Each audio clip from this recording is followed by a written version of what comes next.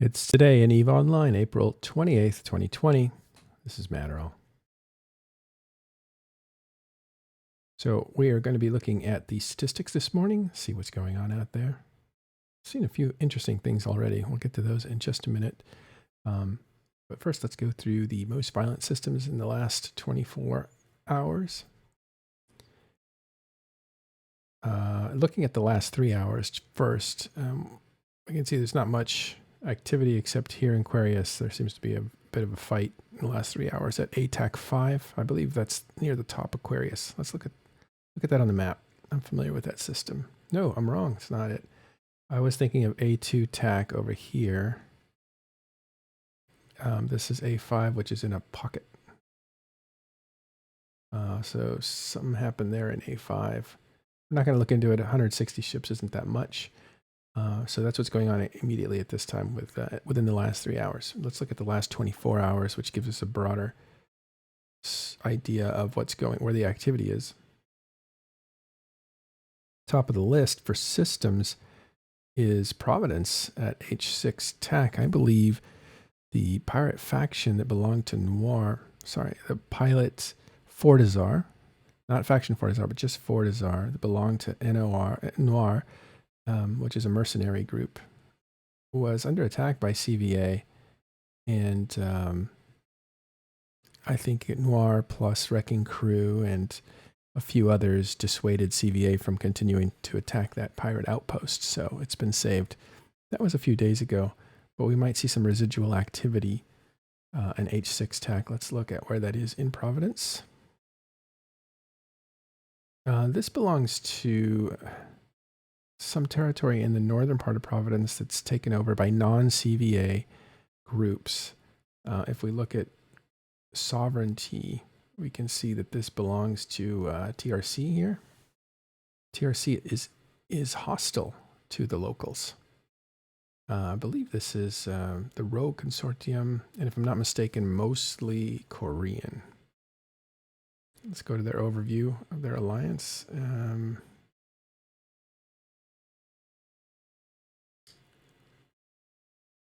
Yeah, I'm pretty sure they're Korean. It's a new group. I don't think they understand the traditions of Providence, so they're actually taking Sov, and they are supported up here by Wrecking Crew. I think this is them here in YQB. Let's take a look. Well, it's not Wrecking Crew, but it's the Helmet Warriors, which are closely aligned with Wrecking Crew. So anyway, this top eastern portion of Providence is held by enemies of Providence, who are the traditional locals of all of Providence. So in that area, in H6 TAC C, there was some combat in the last 24 hours, resulting in 273 ships destroyed with 180 pods. What's interesting here is also at number 5 is another Providence system that is traditionally a market hub. It's 9UI. It's a famous system inside of Providence. It's kind of the heart. It's one of the hearts of Providence. And the reason is, if you look at this, let's look at it through security.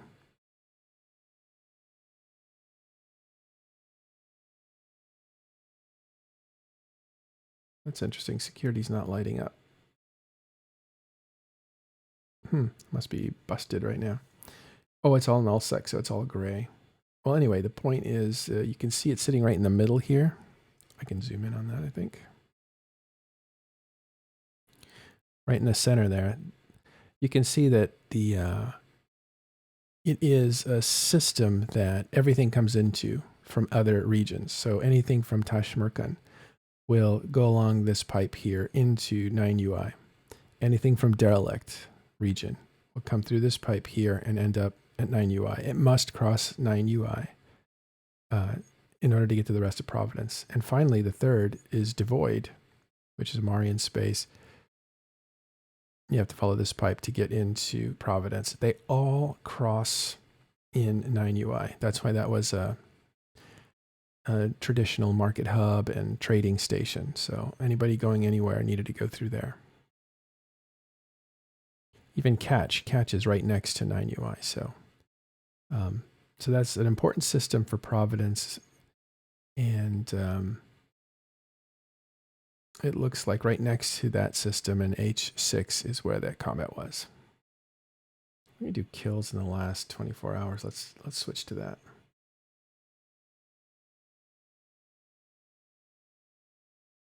Yeah, not much going on now, but that was 24 hours ago. Right, so the first place is H6 TAC in Providence, 273. And second place is JTAC ZY. That's in Innsmother. That's 228 ships destroyed, 169 pods. And then in Aquarius at number 3, we have ATAC 5F. And that is Aquarius, 160 ships destroyed with 114.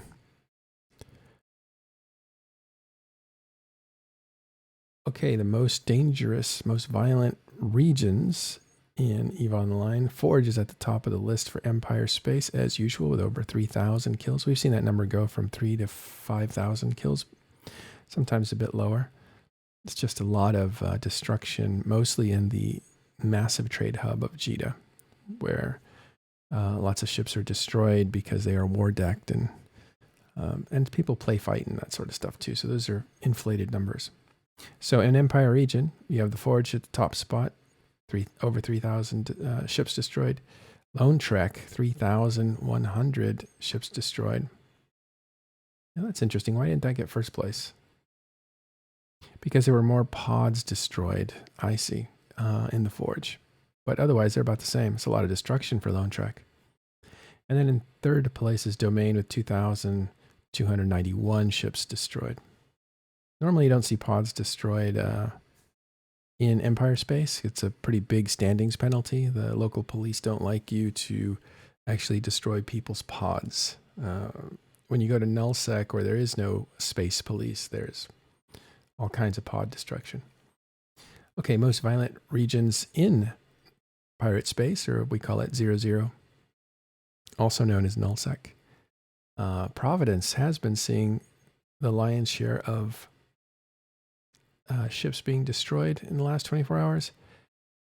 That's because those two systems that we talk about, the H6 TAC and the 9UI, were both on the top 10 list. So those two put together means that Providence is hopping. Innsmother comes in at number 2 with 624. And then Delve at number 3, 629. Just about the same as Innsmother and Delve are about the same. Providence, in case I didn't say, it was 976. That's not a whole lot for 24 hours. Morning, everyone. Welcome to Today in EVE Online. Okay, a little more on the stats here, then we'll go on to other things. Most violent systems in low sec. We're going to start watching this and just tell you if there's anything that's interesting. In the last 3 hours, you can see there's a battle that just broke out in the Bleaklands in the system of Sosala. That's faction war, so that could really be anything. Two gangs that meet up. If you guys know what's going on in Sosala, let me know. And over the last 24 hours, you'll see that Tama tops the chart again at 521 ships destroyed with 200 pods. Again, low sec is considered Empire Space. And in fact, I don't think there is any low sec system that is not Empire Space. So it is Empire Space. And does anybody know? No different? If you do, let me know. Hey, Billy, how you doing? Let's see, we got some visitors here. Kenneth Feld, no way. Kenneth Feld, what's up, man? Hey, what's up? How you doing? Pretty good. Good. For those that don't know Kenneth Feld, you should know him because he is,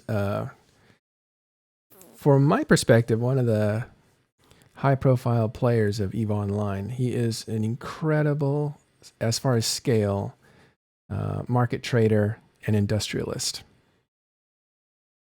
And And I'm also going to be running for CSM 15. I heard the rumor, so it's true. Holy crap. I've only told 3 people. Oh, well, I can't tell you my sources, but you can probably figure it out now. That You've told a is, lot more now. yep. I shouldn't have said anything, but wow, I heard that rumor. Well, and I it's was true. coming to tell you. That's the reason I'm here now. I was coming to tell you. Oh, let's do a little profile on Kenneth Feld. Well, wait, Kenneth, give me just a second. I just want to point out a couple things that are interesting. We're just about finished with the stats. I've never seen this before, but the last 7 days, Alliance membership is all positive. You can see that over here on the right-hand side. I'll highlight it for you. We talked about Silent Company yesterday. But you see Shadows of Eden picked up 726 people, Pandemic Horde 350. These aren't huge numbers for like the groups that are on here, like Fraternity or the Initiative. They picked up about 200 people each. You have Brave Collective. So they picked up the same, about 200. Pandemic Horde picked up about 350, but they're all positive. I haven't seen anybody leave in the last 7 days, so that's kind of interesting. And as far as territory changing hands, not anything really interesting going on there that I can see. Some neat names there. Kenneth, maybe you can answer this. Skeleton Crew gave up 7 systems to Northern Coalition. Do you know anything about that by chance? No, I'm not. Yeah. I'm not the Diplo type of guy. You got the wrong one there. I just think if there's something that like, oh yeah, Skeleton Crews. Now, if Headliner needed 100 munions to go evict someone, then I would know. But yeah, something like that, I wouldn't know. All right. Well, cool. I'm excited about this. Let's actually go into this right now. I'm going to go to Eve Who so you guys can see Kenneth Feld. Right. Let's go look him up. Kenneth, you've a storied character. You've done you've been there for a lot of the history of EVE Online. Oh, you're in Habitual Enthusiasm. Yeah. Habitual Euthanasia. Oh, yeah. I call them enthusiasms, but okay, yeah. Euthanasia.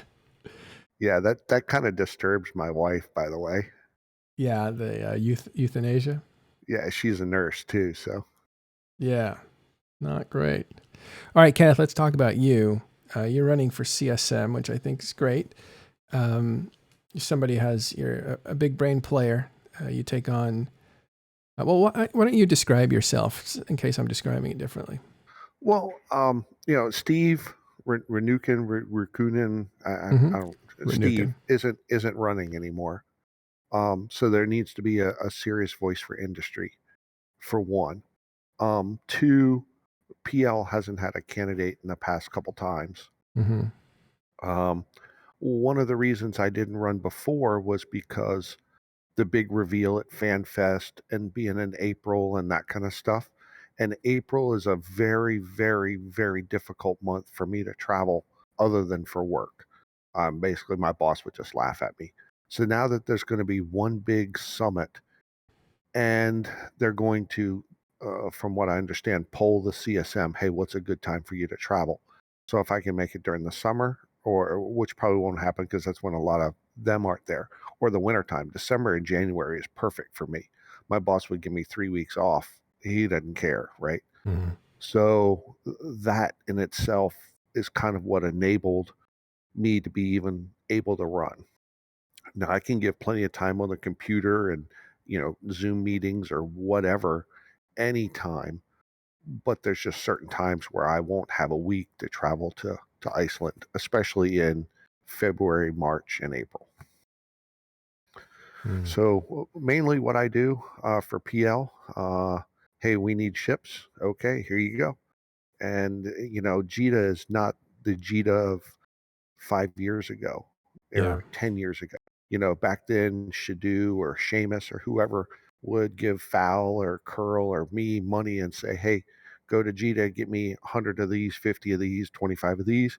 And, we'd start jump freightering and, they'd be ready in a matter of an hour. That's not realistic or a lot of times even possible now. So the larger alliances have had to come together, not with each other, but come together within themselves and build an industrial network, not only from the gathering perspective, but also from the manufacturing perspective. So that, when you want to go kick someone's ass, You're not out there in ibises, duking it out. I have a question. Is Jita doing less business, or why aren't the ships? I mean, I don't log in much anymore, so Okay. Well, a couple reasons. One, when they put in engineering complexes, the the benefits of building in null are significantly better than high sec. So when you want to build a saber right now is going to cost you in okay, let me put it a different way. It will cost me about 54.5 billion or million to build.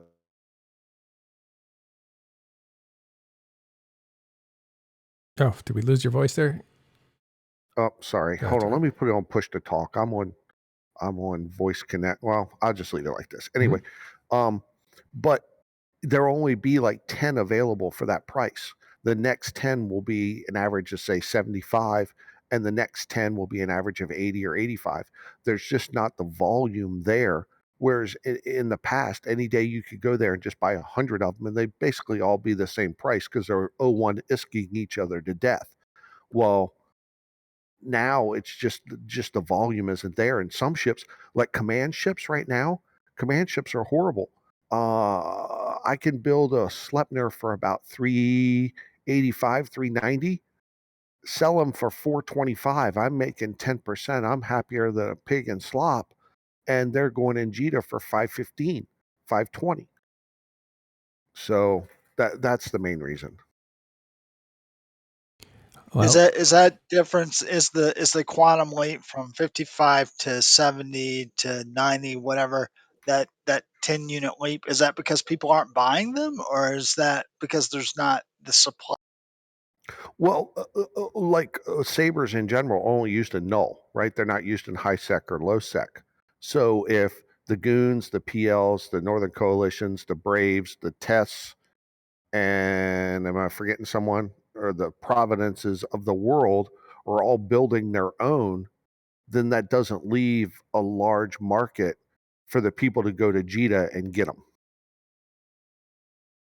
So if there's not a market there and people are building their own, then no one's going to supply Jita and have their stuff sit there for months and not get sold. yeah, I meant to have you. Thank you. I've meant to have you back on the show to explain some macroeconomic stuff that's going on. There are people, when you say like I'm into the industry and EVE Online, there's different parts of it. There's the microeconomics, there's the day traders, there's people who are just heavy duty industrialists to make sure the supplies get there. That's kind of where I would put you, in addition to other things. But do you, from your perspective, do you have some thoughts on the, I guess, the new trading fees that they put in and what that's going to do to trade hubs? Yeah, I don't trade per se very much, so it really didn't affect me at all. Most of what I build is pre-sold. I'm more like A a supplier. manufacturer in real life, Mm-hmm. and I would sell to a distributor, and then those guys, put up contracts for ships or what. I don't care what they do with them, Yeah. right? Now, like capital batteries, when this change happened to fax, capital batteries and capital boosters, I was like, oh yeah, and flex hardeners. I was like, hell yeah. A capital battery cost me about 18 million or 15 million to build. I took 50 of them to Jita and sold them for 285, took another 50 to Jita, and they sold for between 225 and 265, somewhere around there. I don't really care about fees when I'm making, a, a billion on five of them. Mm-hmm. So, that was a nice $18 billion profit in a matter of a day and a half. Yeah. So, stuff like that. That's the only time I really get involved. I Yeah. sell a lot in NSI, obviously. And for that, I pay whatever everybody else pays. But I, I, at that point, I'm not really doing it for the ISK. I'm doing it to supply the alliances type Right. thing. So let's talk about your history a little bit, because I think to get you into context for everybody on why I'm excited to hear from you is I always like to go back to BTAC R, where Pandemic Legion, instead of Northern Coalition, took a huge beating and lost a bunch of Titans. How many did you actually lose? Do you remember? I think it was 70 some 30, total, but 33 or 35, I think, something like that. so about half of the Titans lost in BTAC-R for the N3PL side was from PL. And how did you, and you went to work right away, right? What was that like after that happened? Jump freighter after, see, that was before all the mineral stuff. And it was actually before Creus. Mm-hmm. Or was it after? It was before Creus, yeah. Yeah, it was Crius. before Creus. Yeah, so then after that, it just didn't matter. Just go to Jita, buy everything you need. And I mean, I run 16 jump freighters, and I can just remember jump freightering for days to get all the ore into nullsec. Yeah. So you rebuilt the arsenal and you did it in a really fast turnaround. How did it, did you actually build all those Titans? Did you have enough? What was that like? I built roughly half of PL's losses. Plus, I sold probably 4 or 5 events as well during that time. Northern Coalition. Now, other people, other people helped build as well. But out of the 33, I think I built 17. Personally built 17 for PL. I was running at the time, I was running 12 CSCAs. That's where Titans are built. Yeah, or were built. Were, yeah, at the time. Wow, 17 Titans, because you guys recovered relatively fast. It was a few months, and you guys were kind of made whole again. So it was pretty astounding. Yeah, some of that was trickery. Like, at least ask some of the people who hadn't played in a while to give up their Titans. They were sitting on them in Amamaki type thing. So a lot of people got made whole quick. And then further down the line, we replaced those Titans uh, for those people. So a lot of it, though, back when bot was bot and we were making, several hundred, well, I don't want to give away numbers, but we were making a lot more money. That was a lot of our hold up in that we didn't want to tap into the reserves or the coffers. We paid for it as we went type thing. I could have built probably 50% quicker than what I was building. But I slowed up so that the ISK income and the ISK out was relatively neutral for the alliance. Yeah. So interesting question for people who haven't been around for as long as you have. How has building changed where's building now compared to where it was like around when Crius expansion came around?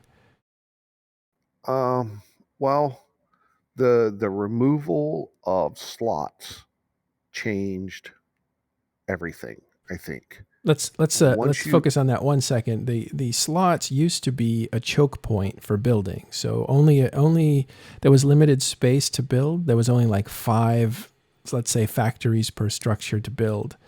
And when they changed, I think when structures came in and they made engineering complexes, they said we're making it unlimited, and that means that anybody can build just about anywhere.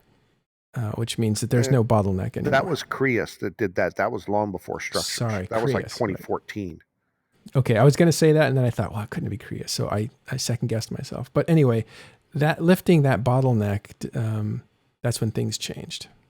Yeah, you used to have, and they also changed a component assembly array from 150,000 cubic meters to 3 million.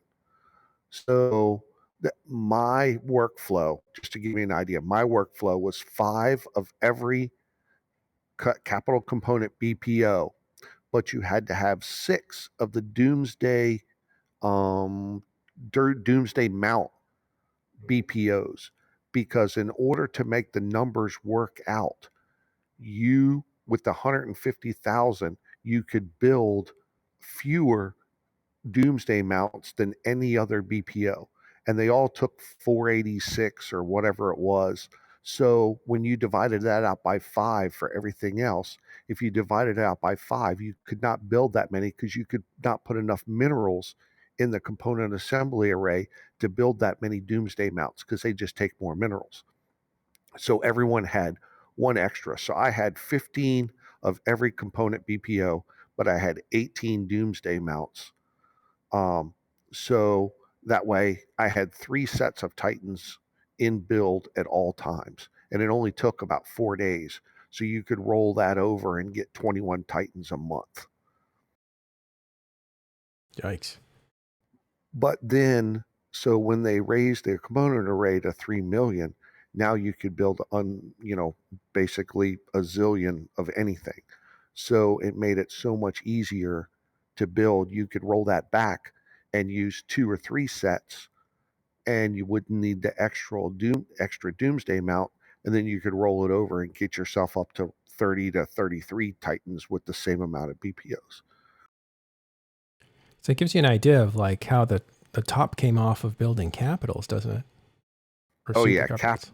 capitals went stupid. I mean, you could because at that time you could only have one Titan per CSA. AA. What? CSA, we call Capital it. Ship Assembly CSSA. Array. Yeah, Yeah. CSA. Well, they changed the name during Creus too. Yep. But anyway, so back then you'd have to have one tower for every Titan. Now you could put 2 of them in a tower, but then you couldn't have a defense. So we'd have one per tower, and then But let me stop you there for a second. So it'd be one per tower, plus you would need to have enough clout to have permissions to use it, which was rare in a corporation. Yeah, my build corp is only me. I won't even let my wife in my build corp. I won't ask any further there, but continue with your description. That's what it used to be like. So one per tower. So that's one building, and that could build 1 or 2 supers. One. Most You could people only did have one. The lines were 1 per SCSSA. So when they did away with the lines, then you could have multiples. So you could have one SCSSA but have 5 Titans in build in it. That's when it got really bad, when people were hitting towers and it was that's only got, no, it could have 5 Titans in there. You don't know. And so this was also in the realm of when they added in teams. So Oh, I teams remember came into teams. play, and that's where there's a reason teams got removed, and it had nothing to listen. There's the official story, and I've never been on the CSM, Yeah. and I've never asked anybody, but I looked few of the CCP guys straight in the face at Vegas and asked them questions, and they told me exactly what was in the document. This is why we're removing teams. But no, people's eyes can't lie to you, right? So, I mean, they towed the line. They said the words that they were supposed to say, Mm-hmm.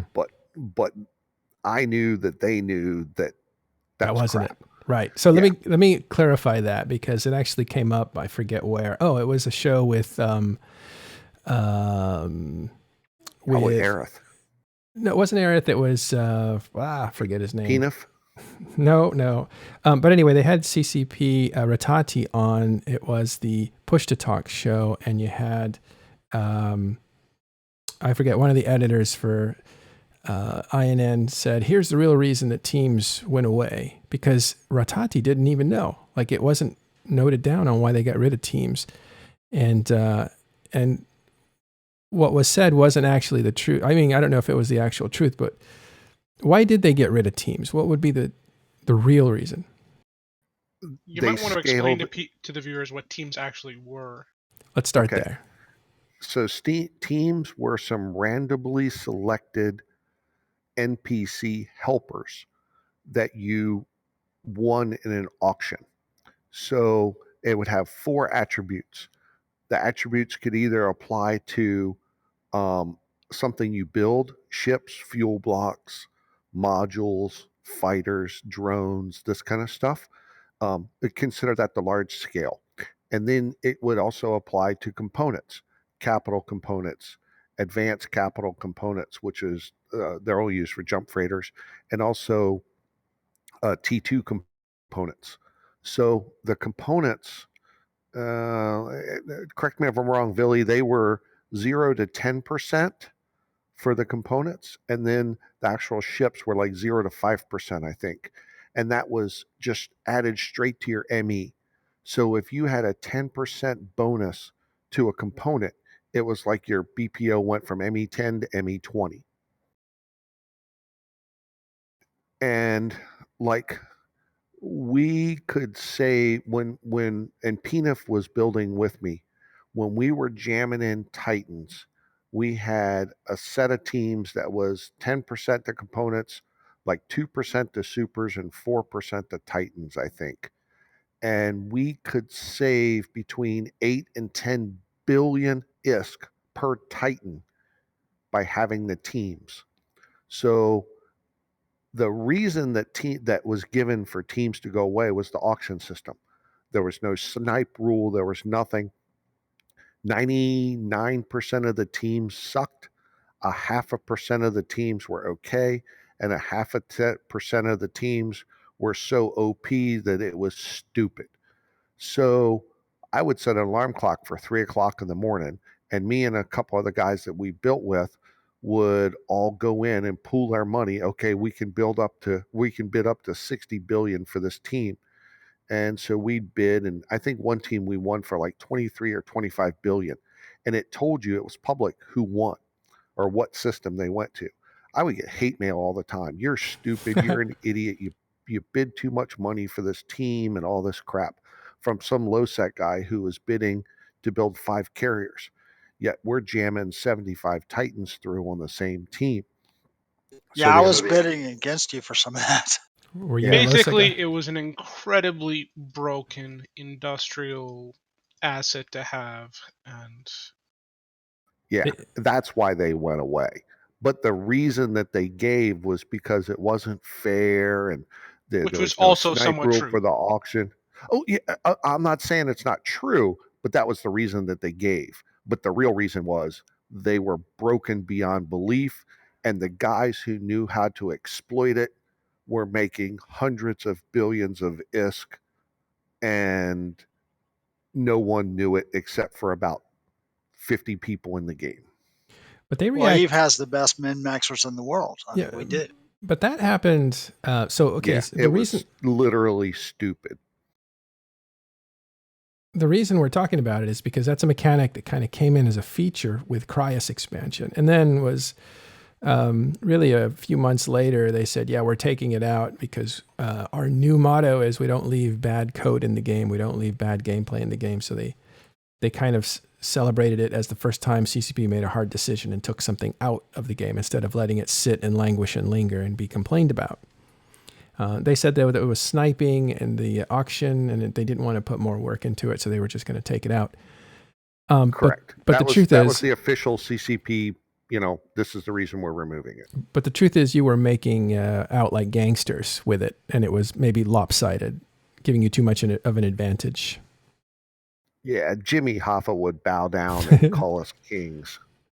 But what's interesting is they did stop that pretty quickly, as opposed to the last few years where there's been unlimited build slots, a ton of mineral supplies for T1 ships, which is what you need to build Titans, and I keep calling them motherships for some reason, but super carriers.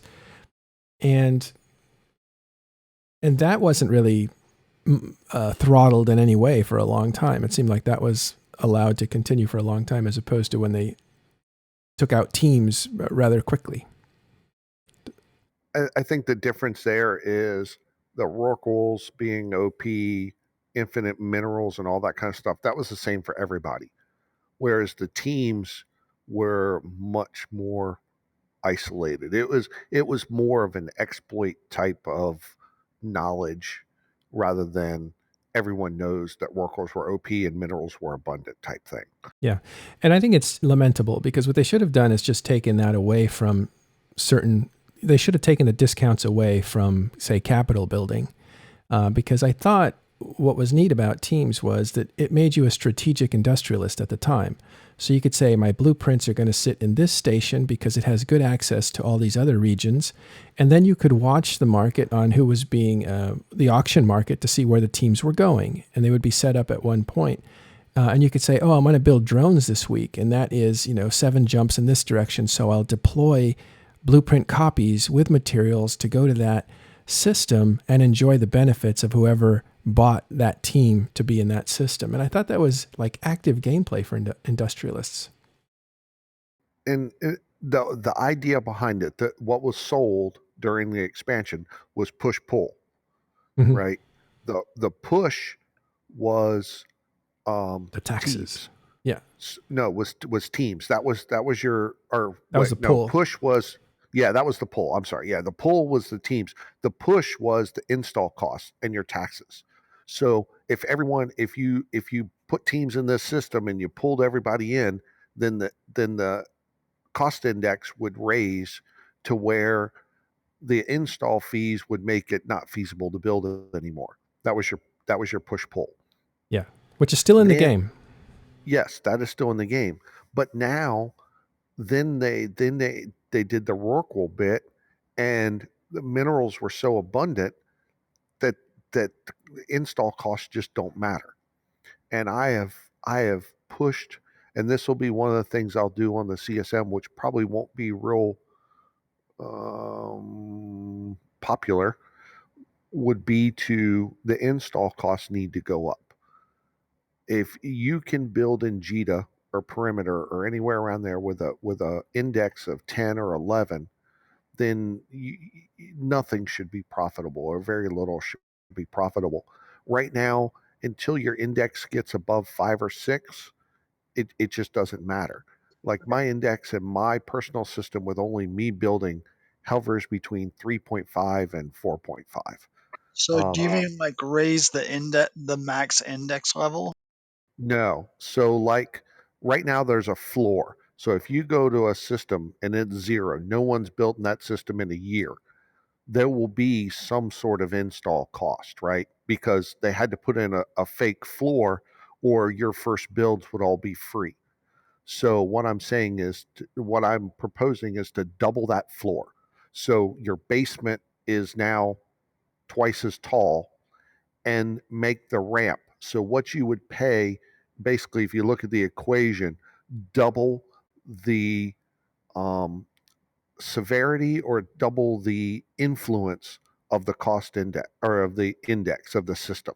So if you're building in a 3.0 system, the amount that it should cost you for install costs should be a factor of 4 higher than what it is now, type thing. And I'm not saying those numbers are correct, but I mean it needs that ramp. The floor needs to be doubled, and the ramp needs to increase, so that when you go from a current system now, that's twice as much cost index. It should be 4 times the amount of ISK to install a job. Right. How do you think that factors in with the prevalence of suicide ganking now really hurting the ability to ship goods around the galaxy? That's always been a thing. Yeah, what's your question again? Sorry. How do you square that assessment with the increase in suicide ganking and the difficulty in terms of shipping goods across the galaxy, especially in HiSec? Yeah, I listen. I like the suicide gank. I've got 15,000 catalysts right now. I think suicide ganking is, I don't want to say dumb, but I think it's way too profitable currently. You can take a couple 100 million and blow up a jump freighter that's 10 billion. I don't think the risk reward is there. That said, I love ganking. I don't think that should be removed in any way, but I think the amount of effort and input to be able to gank something is significantly skewed. Yeah, it's interesting, just because none of these things are in a bubble, right? So if you massively increase the difficulty in producing in one location, you also create a situation where all those goods have to be shipped, which increases the traffic, which increases the ganking, which makes the goods vulnerable to kind of one of the more toxic elements of HiSec kind of thing. Yeah, no doubt. It's all there. There's with my thing. There's several fringe things that would also have to be looked at. But I'm looking at it purely from a sync type perspective. I think there's too much ISK in the game, and we need to start syncing it. Um, the asset safety thing. I know what did they just add a big sync for? Minerals, in terms No, of not Depends. so much adding a sink, but turning off the faucet. yes, that too. Oh, they went to the 1% for the broker fee or whatever it is in Citadels. You can only turn it down to 1%. Half goes to the Citadel Oh, the owner, half tax. goes to CCP. The Yeah, the tax. sales tax, yeah. It went up 0.5%, basically. But not long before that, it actually went up to 3. Well, I think NPC. That's an Yeah. anything Basically NPC taxes. now. I just pretty much discount, because if a Citadel can get around it, someone's going to get around it. Period. Yeah. What do you? We have to wrap up soon because we're coming up on this. But I'm really excited to talk to you again, Kenneth. I'm going to leave you with one question, and I may actually disappear and let you guys talk for a while afterwards. I don't want to ruin the fun. But can I have your thoughts? And I'm not setting up a fight. This is a topic I really like, and it's very interesting, and I'm conflicted on it. What do you think of offshoring, like the Tranquility Trading Tower being able to sell Plex and make ISK that way? What are your thoughts on that sort of thing? I'm not even sure what you mean. Like in real life, like that's owned by Marquee Dragon or something, or no, not real life. I'm talking about in the game. You can have a Citadel that you can, sell and buy through remotely, and the players absorb the tax money, or most of it, from that. And so they bypass like JITA. Are you familiar with offshoring? Yeah, I mean, I think that was part of why they put that 0.5% in the last patch To try to sync. CCP does get a cut of that now, right? Yeah, for the first time, I believe. Right. Personally, I think Plex ought to be more omni than it is now. I think there was someone I read somewhere in a forum, I don't remember where Plex should be taken out of the game type thing and put into a private market, like bigger than the game itself type thing. I'm more of a proponent for that. Like taking it But off the free market and putting it in a special market. correct, still free market, but buy and trade and sell from anywhere, anytime, any place type thing. So more of a game market than a single. When they went to the vault, I Mhm. think that was good, because I think a lot of new players got didn't understand that was like running around with cash in your cargo type thing. Now there's a lot of shooting the ships for RMT, whatever. That's a Yeah. thing. I'm not going to get into that, but Yeah. there was a lot of Plex loss because people didn't understand that if you redeemed it null and then they tried to make it to JITA to sell it type thing. So I think the Plex vault was a very good thing put in for newer players, but if you're coming over from a lot of other games where you can buy a token or a something, then that can be sold. You don't have to go to someplace to sell it. You can sell it or use it anywhere, anytime, and I really think Plex needs to be in that realm. So it sounds like you're saying that the RMT stuff, the real money trading stuff, should be kept separate from the actual in-game economy. Exactly. I think that would alleviate or eliminate some of the rather nefarious. Like if you can't put it in a cargo hold, then you can't undock with it and shoot some ibis and get a 50-50 shot, or like during the event you got a 90% shot or whatever it was in low sec of being able to transfer it to someone else type thing. Yeah. Anthron says that would kill CCP financially. I don't think it would. I mean, you're still selling it. Plex isn't made out of If you thin can't air. trade it, Someone has to, someone has to buy it in order for it to exist.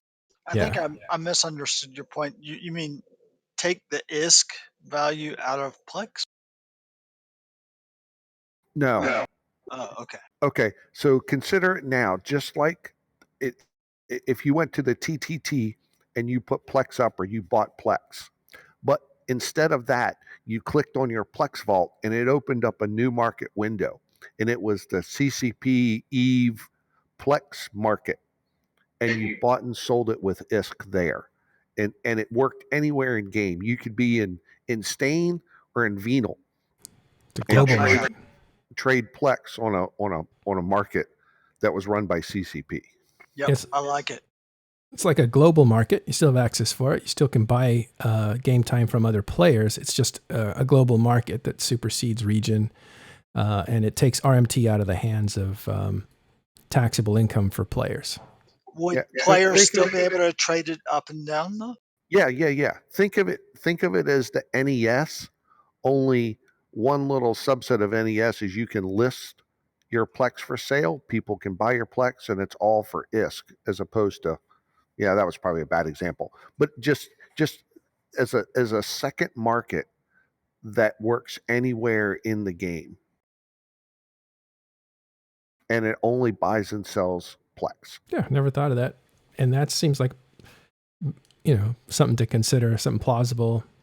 The reason I said I didn't want to start a fight is because Vili is one of the purveyors of the biggest chain of, I guess, market hubs that are player owned. Probably, I don't know where you rank, Vili. Is it the top? Because it must be, as far as volume goes. You must be bigger than of course it is. Goon Swarm's 1DQ. Well, are you talking like? Just in the game, biggest trade hub, basically owned by players. I don't know where. Yeah, they only break it down by region, I think, not by system. So the Forge is still massive over Delve, and on the MER, a lot of times they take the Forge out because if you leave the Forge in, everything else is so small you can't see the difference between them. So the last couple times of the MER, they've taken the Forge out, and that way Delve towers over everything else. But if you add in the Forge, it's stupid. Yeah, but it's interesting because the Forge is not just. Right, that was my point. They only break it down by the Forge. They don't break out JITA from perimeter. Yeah, that would be an interesting. Yeah, see how Tranquility Trading Tower compares to 1DQ. I think you guys haven't beat. I would frankly. bet, and Billy probably knows better than me, but I would bet that the CCP would not want to do that specifically for why you're asking. Why am Would I what? asking? Well, they wouldn't break out the Forge. They wouldn't break it down into system and or Structure. citadels. Yeah. Yeah. Why not? But that would be like a leaderboard of like the most accomplished trade centers. Well, they would get attacked probably, right? A target board. Yeah, I mean, and that's why it's free intel, and they've always been against Yeah. giving free intel. Well, That's a personal feeling. I have no idea, but I mean that's just my personal feeling. Is CCP has always been like, when remember Vegas last year, was it Larrikin that gave the thing on number of Titans and all that kind of stuff, right? Yeah, the stats, yeah. Right. I asked him where I ranked as far as building, and he wouldn't tell me. Did he know? Yeah. Oh, yeah. I mean, I can give him a list of my characters and say, hey, these are the ones that built Titans. And I'm sure, like, when that thing came out last year at the end of the year, your little video. Yeah. Your career I did video. ask him about my video. Yeah, a little bit, because mine was industry. I was top 1%, 330 some million things produced over the year. And I asked him how they came up with that. And it was all based on email address. So this year I changed the email address on a bunch of my accounts to lump them all into one so that I get more stuff counted towards my building. But I'm sure he could tell me how many Titans I built, how many of this. And I know how many Titans I've built, because every one that I've built since the beginning. I have a spreadsheet of who I built it. Back then, I was tracking the deposits that people paid and stuff, and the name of the pilot that picked it up. Wow. Man, Yeah, what are I don't know if CCP keeps that kind of data that long, to be honest. I wonder what other things are you running for CSM to accomplish, or because you're a subject matter expert as far as industry goes. I can't think of anybody who is more accomplished. I'm sure there's some out there. I still consider myself a medium. Well, yeah, I'm probably a large fish, but there's always someone larger. Right. Or just unknown or quiet or whatever. But you're definitely up there. You're one of the biggest industrialists that I can think of that isn't a group or something. But that's mainly what I'm going to be running on. Steve's not going to run anymore, and he was always the industry guy. I'm not the computer guy that he is.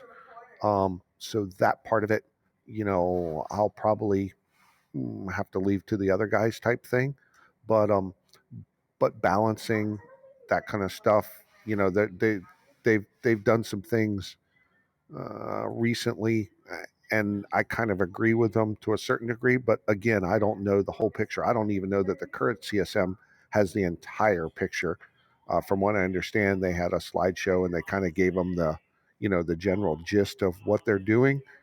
And I know Dunk's been kind of skeptical of certain things, and obviously I'm not privy to that, so I can't speak about it. But it is what it is.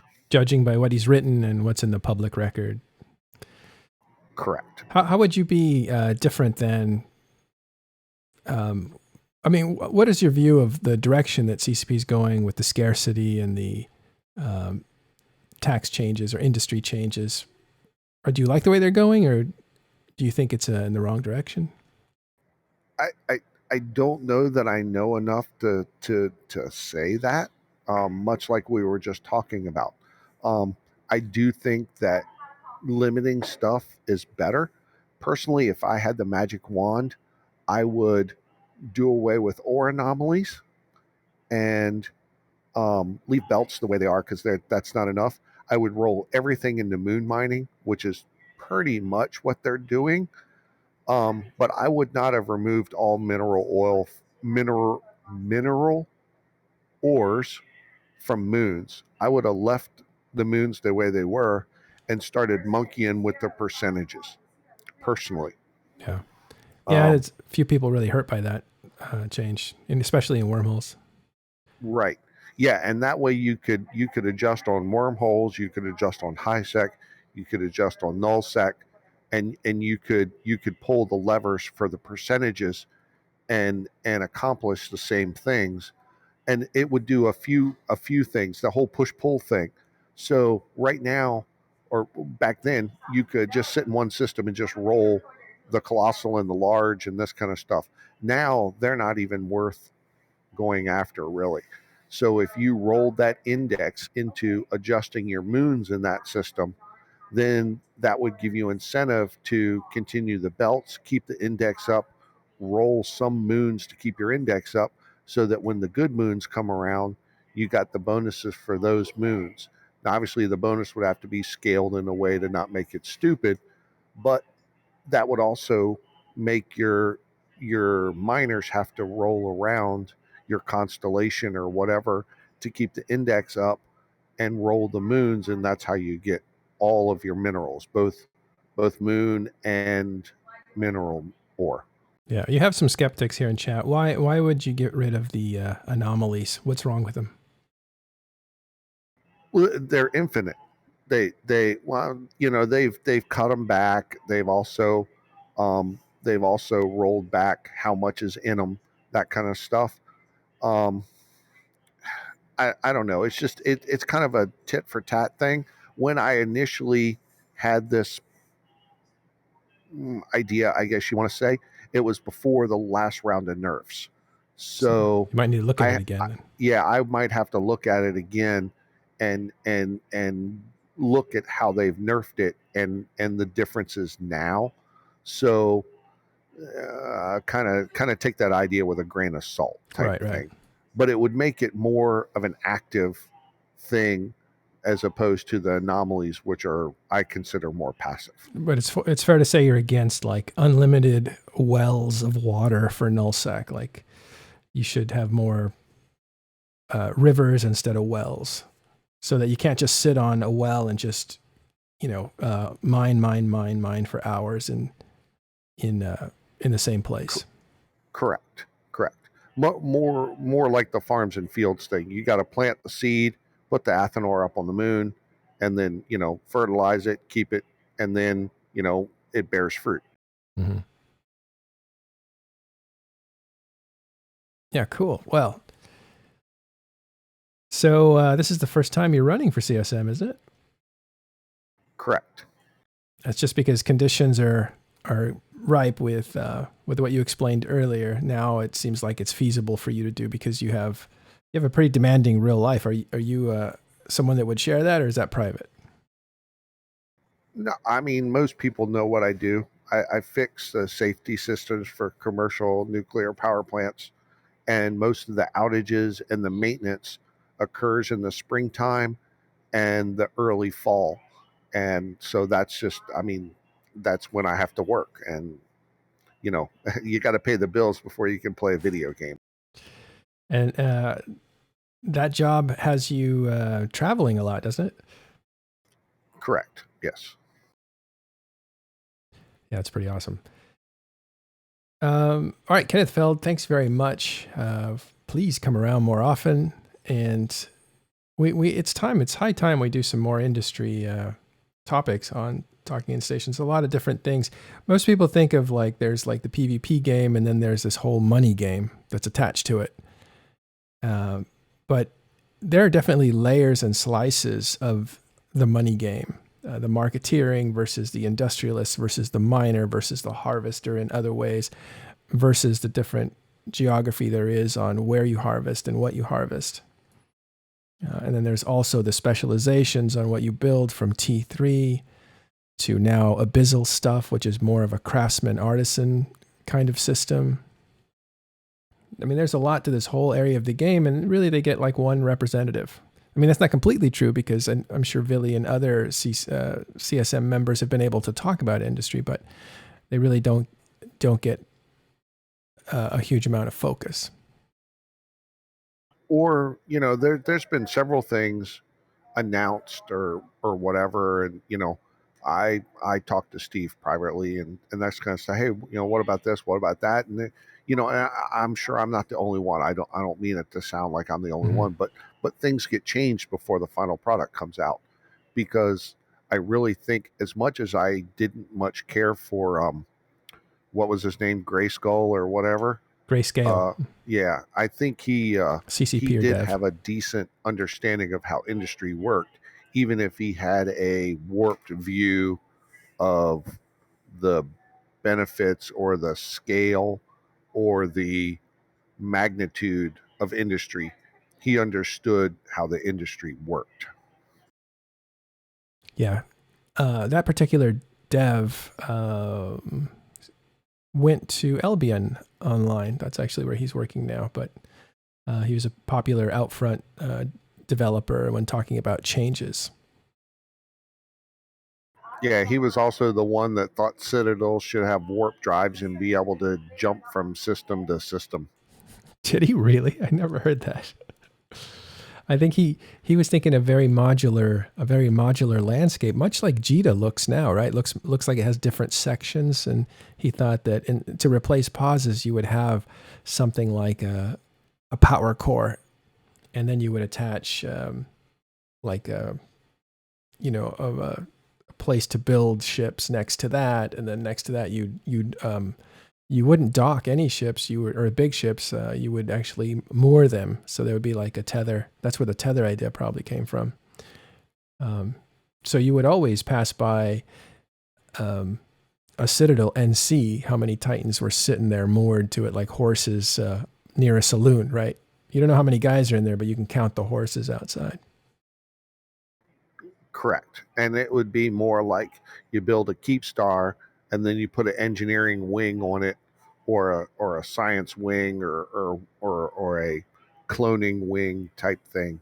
And that was the original kind of high level look at citadels and that kind of stuff. And then it morphed into the citadel industrial the engineering complexes and the refineries and that kind of stuff as being separate, because originally in engineering complexes were science structures and industry structures were completely separate, and they morphed all into engineering complexes split out by the rigs. Right. So Antheron says Grayscale was the fatigue guy that went to Albion. Wasn't Terbium the Citadel guy? The answer is early on when they were talking about concepts for replacing pauses and what that would look like, a lot of that talk was done by Grayscale. He did go, he left CCP at the time and it fell back to Terbium and Null Arbor to create the Citadels. I think Sfazi inherited it after Terbium left. So that was where those were kind of the public. That's a pretty accurate timeline. But Terbium, he understood. He understood industry from a balance perspective, I think, pretty good, but he didn't understand the mechanics. And whereas Grayscale, I think, understood the mechanics, but not necessarily the balance. I think that was my perspective of them. But Grayscale was more 2014 to 2015. I think he left probably in the 2015, 2016 range. Ytterbium was there 2016, which was the Citadel expansion. He did all the spreadsheets for the rigs and using the salvage and that kind of stuff on all the way through ECs, which I think were 2017. And then I think he left sometime after that. If my recollection, I'm pretty old, so it may be fuzzy. It was. I think it was, you're right. It was like 2015 for Grayscale and like 2016 for Ytterbium. And Ytterbium went to Ubisoft, so in Montreal. So those guys went on to be successful designers elsewhere. All the devs are brilliant minds. So you look at Fozzie, the guy has like calculator mind and he's imaginative. Rise is just, you guys know, they're just great developers. So CCP picks some really, really smart people to be developers. Hey, you knew Fozzie before he was Fozzie, right? Were you familiar with Ravy? His character name? I came to PL right about the time it was like, hey, why hasn't Ravi logged in 3 months? And then, hey, there he is. Oh, that's why. So that was right. I've been in PL 9-10 years, somewhere around there. Mm-hmm. And that's about the time I showed up. It's about the time that he was disappearing. Yeah, that was 2013. You know what's interesting? The hire date for CCP Rise, same day, Battle of Asakai. The same day as what? The Battle of Asakai, the Losec fight, right after. Oh, yeah. Same day. Yeah, I'll give you a little tidbit about Asakai. Sure. We all jumped in, and I think I had 6 or 7 in the fight. 6 or 7 what? Characters? Between supers and dreads. And I had 2 titans. No, not just, all of PL had, I think there was 50 or 60 titans sitting in a mid. Just, it was like, hey, jump to the mid and just sit there. The Sino was long gone. The fight was over. And then I'm closing screens and I'm telling Grath, hey, man, what about the Titans? All the Titans are sitting at the mid, and they'd just been dangling around in space for hours. No one noticed them. No one, nothing. And then we're like, oh, yeah, we better jump them back to Amamaki. So you guys had in other words, you guys had a hammer waiting to clobber if it came to that. Yeah, but the whole reason that Asakai was dumb was that at that time you couldn't use your DD in low sec, so a Titan hammer was useless, which was why I can't remember that guy's name. Was it Boat or someone that jumped in his Titan? The He big should red have boat. just let it die quietly and been done with it, because Titans were and goons jumped in a bunch of Titans, and at that time Titans were basically useless in low sec. Their guns, they were outgunned by dreads. They couldn't use the DD, and supers were much better. And they jumped in a bunch more Titans, which is why so much of their stuff died, because they couldn't fight back. Whereas all we jumped in was supers and dreads, which could do full DPS. And we kept our Titans in reserve just in case stuff went really, really sideways. Well, funny thing about Askai that people often don't realize is that the battle was Boat jumped his Titan in, got tackled, got himself untackled, jumped out of system, and then came back in later to repeat the encounter. Like, many people entirely forget the lead up of. Yeah, that was kind of funny. He escaped, actually, and then everybody else was trapped, and he's like, oh boy, I better go back in. Well, no, there was nobody else. It was his Titan. But he jumped it back in. Yeah, but there was no other Titan trapped. Like, it was literally just him to start it. Yeah, that's what I mean. He got caught, but in the process of the battle, he was able to escape with his Leviathan. But then, yes. But then were you in Goonswarm? At that battle. I know you were in Goonswarm, but you were in that battle. I was not really in the battle, but I was going over the reports. Obviously, it was kind of a surprise thing that just kind of erupted. Tie-dye had just been invented recently, and there was kind of a lull in wars and stuff. So it was this thing that just came out of nowhere. I think Boat was doing some things, helping some people out in faction warfare areas, and PL was like kind of itching to take him out, but they couldn't do it in a proper war because you guys were in OTEC together, and so you had a treaty. No, PL wasn't even really a factor in Askai. Like, I mean, they were a factor in the end, but they came later, yeah. Yeah, like they were just kind of like the third party crew. Like, Askai was not about PL at all, if I recall correctly. It was much more about the low sec pirates in the area. Yeah, it was. I think it was over a moon, wasn't it? Yeah. That sounds one low sec group was killing another low sec group's moon or something. Yeah. Sounds like that. And it was a bat phone, and I think Boat jumped in. What I'm saying is that PL saw that as an opportunity to get to attack somebody that they couldn't really attack normally. And so that's why they... Once again, like, PL really wasn't like a relevant... Like, once the battle started, it was just like piling on like group after group after group. Like, PL was one of those groups, but like they weren't a factor in like... Yeah, that's... We were more like, hey, this group and this group are trying to beat the crap out of each other. You know, maybe we can three-way and kick the shit out of both of them type thing. And, you know, so we were watching it unfold like everybody else. And it's like, hey, look, there's Titan. Oh, good. Shit, we'll kick the shit out of everybody. Okay, go. That's why you guys brought all the things. Yeah, I don't mean to make it sound like it was Goons versus PL. It's just one of the things that occurred. A lot of people were jumping into that fight. And because of tie-dye... Yeah, no, I just don't want like anybody to think that was like PL led or PL initiated or anything like that. No. Because like part of like the interesting history of the Battle of Askai, it was literally just random like low-sec pirates, if I recall correctly, who like grouped up together because CFC at the time was like bullying them around, so they grouped up and they tackled this Titan and they called in all these buddies, and all of a sudden, you know, this was this massive fight happening. And, you know, yes, at some point in the end, PL was like, I want to shoot Imperium 2 or CFC 2. And so they came, but it was much more like these little guys all grouping up together to stand up against the big bully kind of thing. That was the Viceroy time, right? No, it was before that. The Viceroy time was much after that.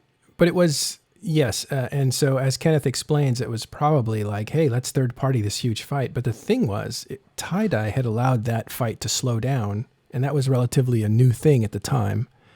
And more people started piling in because time had slowed down. People could get in on time. So, yeah. That was also when we learned about infinite cap. Oh? In tie-dye, that was, if I remember correctly, that was before super carriers got changed.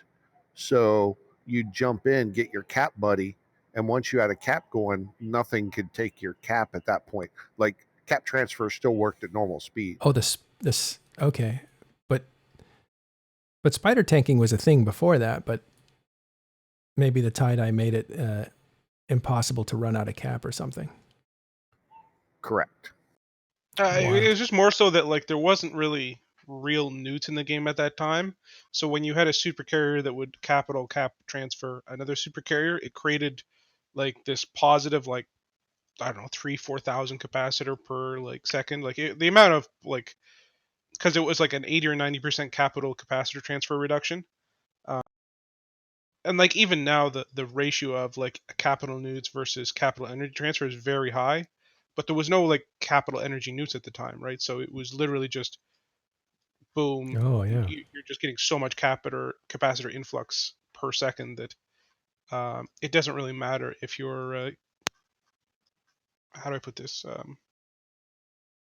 As soon as you start a cap chain between two supercarriers, which is what was happening at the time, like there, it doesn't matter if there's tie-dye or not. Like they're both basically perfectly cap stable. The other thing that was kind of weird during Asakai, probably about 3/4 of the way through the fight, as things as goons were like, oh shit, we need to get the hell out of Dodge. There was not a single Devoter, Broadsword, Onyx, or Phobos in Jita. Those are heavy interdictors that can capture the bigger ships. They can tackle them. Right. Jita was 100% sold out. Everybody was running there with the Hicks. Yeah, because it wasn't too far from Asakai. They could go to Jita and get a ship and get back without tie-dye. That is hilarious. Well, I love history and talking about these pivotal battles. And the thing about Asakai is not only was it big, but it was all the big battles kind of happened because of accidents. I think actually Billy explained this, or someone like Billy, that a lot of the big battles are accidents. I think it was you, Billy. They're unexpected. BTAC R was, whether he ticked the box or not ticking the box as an accident. If he actually had the box ticked and it didn't work, still an accident. And either way, BTAC R was a big accident. The accident there you're talking about is that Manfred Sidious either didn't pay rent on the station and made it vulnerable, which attracted the assault, or it was a bug and he couldn't. Right, SOV bill, not the SOV bill. And so when the SOV bill went away, there was no jammer anymore. Well, I don't know. That's always to me a mischaracterization of BTECR, because as much as it's true that the bill payment on the station dropping was an accident or a error, a triggering event, call it, that really didn't play a giant factor into the way the battle started, right? Like, it created a situation where they were forced to choose, but it didn't create a situation where the battle started itself because of an accident. The battle started because, Laz dropped in a large capital fleet to capture the station, which an opportunity that was open because of this event. But at that point, when the N3 forces counter dropped him, there was, multiple choice opportunities to not have the battle. Right, but if we still had SOV, then you would have not flipped the station. Correct. It would have just gone into RF. Yeah. So it's there. Basically, what he's getting at is there's about 6 or 7 different layers of what would have happened. Would the station still been attacked? Most likely, no, of course because we were fighting over stuff. But the losing of SOV, and there's no bill on a station. The bill was on a SOV. But once you lost SOV, you could instantly flip a station. Whereas if you still had SOV and you shot it, it would go through the timers. So we wouldn't have lost access to everything in a matter of minutes as opposed to going through all the timers. Right. There's a different SOV system called the Dominion SOV, popularly called the Dominion SOV. So it was different. I sometimes boiled it down too much, but I meant the point of this all was that there was a accidental fights create unexpected escalations that create memorable fights because people are off balance and lots at risk, and that's where the drama is. But true, there was, before BTEC-R, there was head GP just a few days before, if not the day before. And these two colossal powers were coming together, I think, for the first time in that area at that time. So there was going to be a fight, and there was going to be maybe more than one. But yeah, you need these little events to trigger people to jump in and then get caught off balance, and then to see, because these guys are killers. Like Billy is like a prison inmate, right? He sees an opportunity, he's gonna shiv you. What the fuck? Yeah, I got home from work. I jumped in. My Titan and my Dread black screened. And this was about 7 o'clock at night. And about midnight, I just gave up trying to relog and closed everything and went to bed. My Titan lived. My Dread died at about 4 a.m. my time. So I jumped in at 7, gave up relogging at midnight, and at 4 a.m. my time, my Dread died and got potted, but my Titan lived. It's wow. That was not a good day to be on your side of the fence either.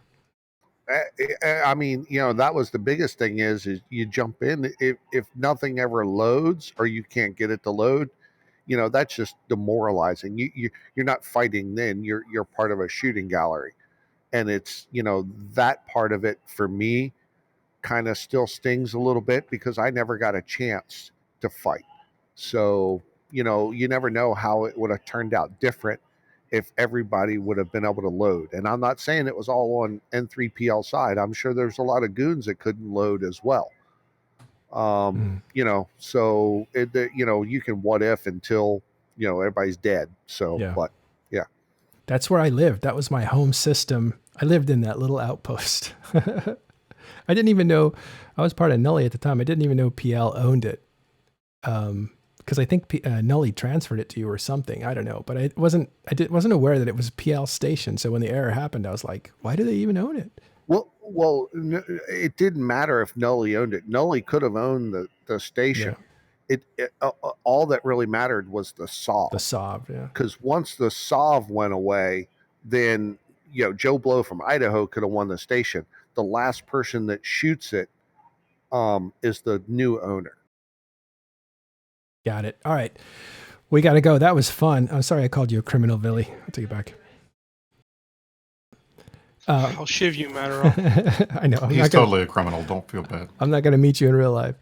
But listen, thanks for sticking around. Kenneth, such a pleasure to talk to you again. Got to have you around more often. I hope we see you more as you run for CSM. Get your ideas out there, and people should know the amazing things that you have built as far as volume and some of the stuff you've pioneered to make it even possible to build at the scale that you build. It'd be really interesting to have on the CSM.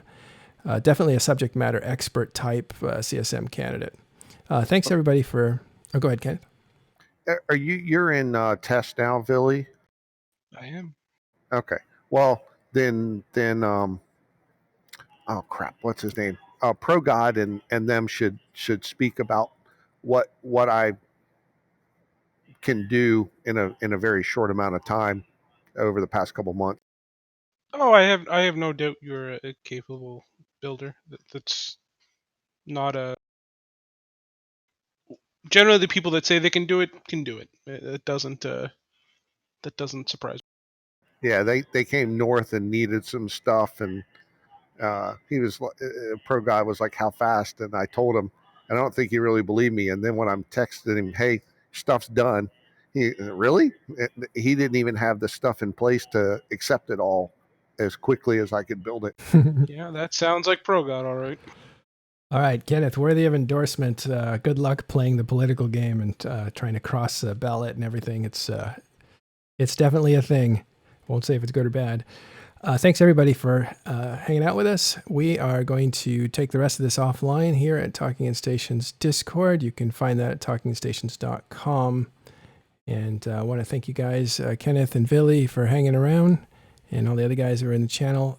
And thank you for the chat and some of the feedback that we got there. Thanks, McLeod. Now I'm going to transfer you over to Raid Bjorn B.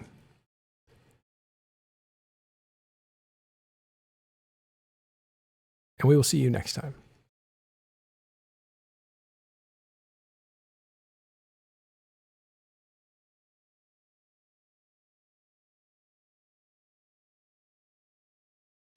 Good